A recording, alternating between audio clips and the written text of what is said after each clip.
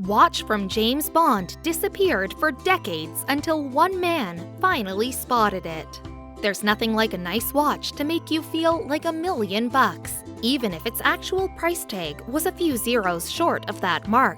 That's why timepieces from luxury brands can cost a small fortune. Still, sometimes even the keenest-eyed appraisers can miss treasures right in front of them. You wouldn't, for instance, expect a watch made famous by a classic 60s James Bond film to go missing. But that's exactly what happened with the retro gadget. When someone claimed to spot it on sale years later, nobody could agree as to its authenticity. It seemed they needed a super spy to get to the bottom of the case.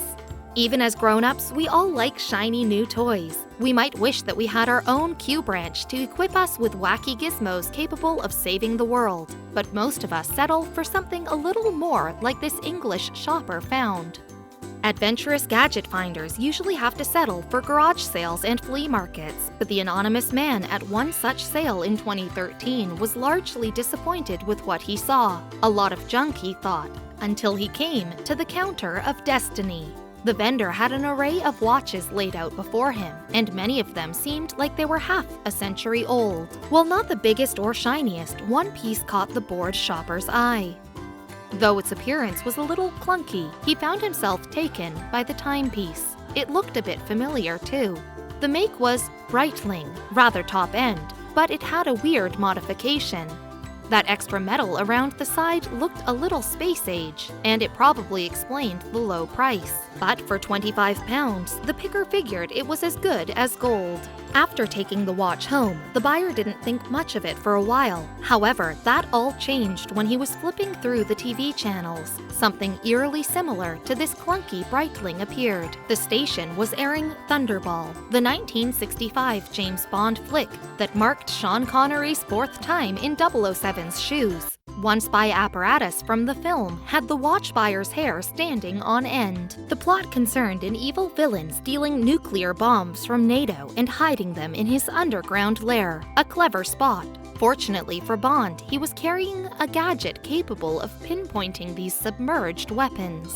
He did so with a 1962 Breitling top time watch equipped with a covert Geiger counter to measure radiation. The flea market frequenter could only hold the watch up to the screen and stare.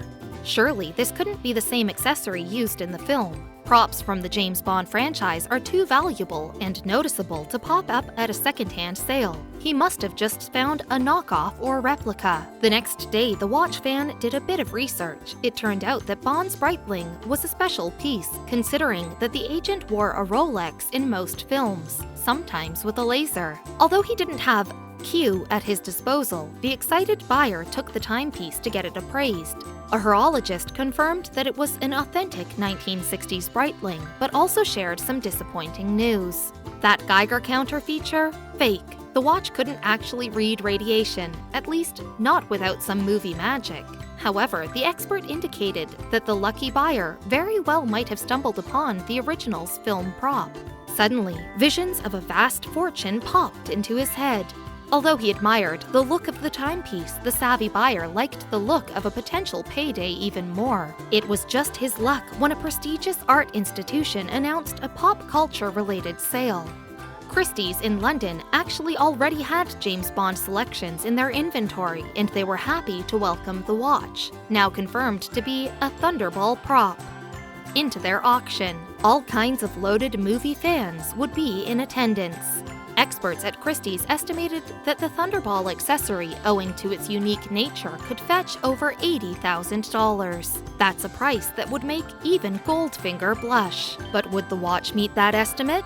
When the watch went up for auction, the staff could hardly keep up with the stream of bids. They were coming rapid fire, just like Bond's Walther PPK. Just as the watch was threatening to overtake Big Ben as London's most expensive timekeeper, the champion bidder hit his mark, nearly doubling the estimated price. He shelled out an incredible $160,175. Had he only been at the market weeks earlier, that posh buyer could have snagged the Breitling for about 0.0002% of the cost. At least he has the comfort of owning the most elusive prop in Bond history. With all the chaos behind the scenes, it's no wonder the franchise lost track of it.